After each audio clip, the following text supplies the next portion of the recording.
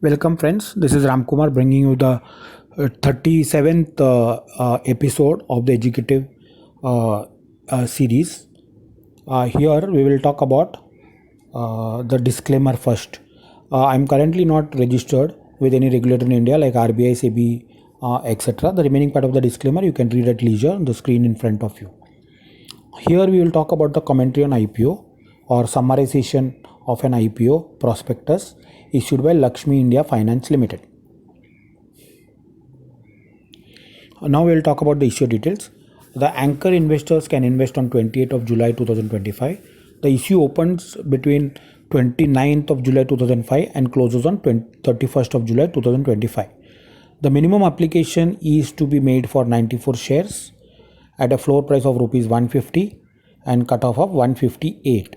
If you were to apply for the minimum number of shares at the lower cutoff, it will be costing you 14,100 rupees, and the higher cutoff or the upper cutoff, it will be 14,852 rupees.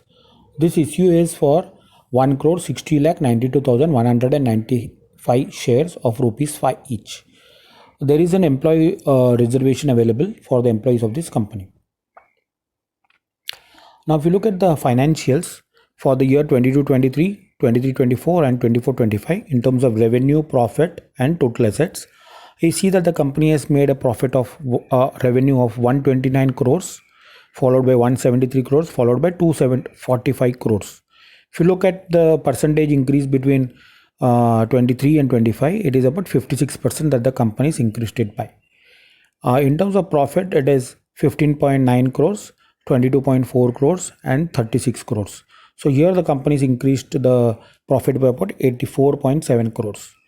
In terms of percentage revenue versus profit, so it is 12%, 12.98%, so almost 13%, and the third year, that is 25, it is 14.6%. To that extent, the company is making a little bit higher profit on the revenue so earned. If you look at the total assets, it is 776 crore, followed by 984 crores, followed by 1412 crores.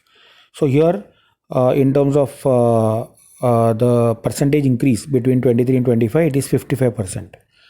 If you look at it as an asset with respect to revenue, the asset is 599.6% in 23, 568% in 24 and 574% in 25. So it is almost like 6 times in terms of assets being 6 times the revenue. The EPS of the company is 7.11. If you look at the PE, at the lower cutoff price, it is 21 rupees 9 paise, and the higher cutoff, it is 22 rupees 21 paise. Now we'll talk a little bit about the company. This issue is a mix of fresh as well as OFS. Fresh issue is 64.96% and the OFS portion is 35.04%. This registered office of the company and the corporate office is located in Jaipur, which is in Rajasthan. The BRLM, that is book running lead manager appointed for this company, is PL Capital Markets Private Limited. The RTA for this company is MUFG in time. The underwriter is not been named currently. It will be named little later after the IPO allotment is done and before they file it with ROC. This company after allotment will be listed in BSE as well as NSE. The company was founded in 1996 and current MD of the company is Deepak Baid. This company is an NBFC middle layer company and the business is about lending. The percentage lending to MSME is about 76.3% and to the others for vehicle loan is vehicle financing is about 16%. The remaining loan is for the other types of business other than these two that we mentioned. They are operating across 158 branches, primarily in the states of Rajasthan, Gujarat, UP, MP, Chhattisgarh. So these are the 4 or 5 states that they are having presence in. The AUM of the company, that is the total value of the loan so given, is 1277 crores. The CRAR that has to be maintained by the company as per the IBA rules is at 20.80%. And this is based on the current requirement. It can go up or down depending on the requirements put in place by RBI for NBFCs. They also do used vehicle financing in addition to new vehicle financing. In terms of subsidiaries, they don't seem to have any subsidiaries as nothing is mentioned in the prospectus. The objects of this IPO is to augment capital base based on the Tier 1 requirement laid out by RBI. The monitoring agency for usage of the funds so received through the IPO is Care Ratings Limited. Now, if you look at the litigations, the company is having quite a few litigations amounting to about 113 crores.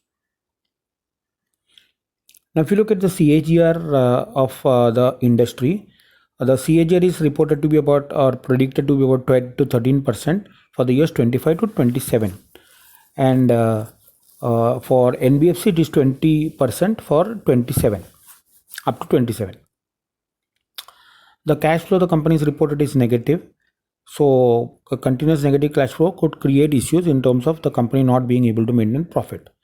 The top 10 lenders for this company is 52.3% in 23, 62.27% in 24, and 53% in 25. To that extent, the top 10 lenders contribute almost 50% of the money so used by the company for further lending.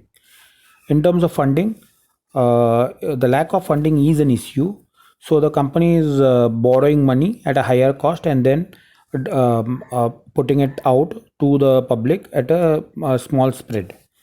The borrowing cost for the company for the last 3 years, that is 23, is 12.24%, 24 is 12.06%, and 25 is 12%.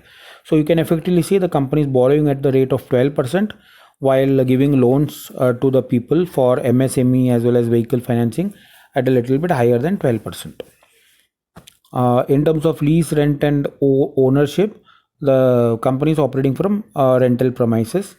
So the landlord would be the one who will be controlling the possibility of the company having to stay there and operate or later. But the landlord happens to be the promoter. To that extent, the company is having lesser issues in terms of not having to shift if the promoter were to be true to the business requirement of this company.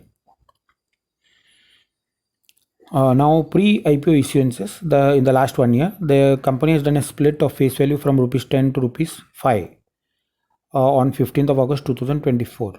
There have been rights issue also issued by the company at a rate which is lower than the current rate at which the IPO is put up. 28 March 2023 also they had a rights. So they had 2 rights and 1 split. In terms of agreements, they are having rent or lease agreements with the landlords in the locations where they are having their operations running from. As far as non-compliance are concerned, statutory auditors have put in remarks which has been replied to by the company. They have issues with respect to reporting in ESIC, PT, that is professional tax, PF, and GST. They have mentioned that internal controls have been bolstered to ensure that such deviations do not occur in future. We have summarized the RHP and placed it to you for your perusal. This is meant to be purely an educational exercise to make the viewer aware of the pros and cons of the financials and the strengths and weaknesses of the company. In light of the above, there is no reference to the correctness or otherwise of the price on offer, prevailing grey market price, possibility of listing day earnings, etc. Should you find this video informative and educative, kindly pass it on to your friends and relatives. Please press on the like button and subscribe to this channel. Should you have any doubts, queries or suggestions, kindly contact me at ramkbharosay@gmail.com. Thank you.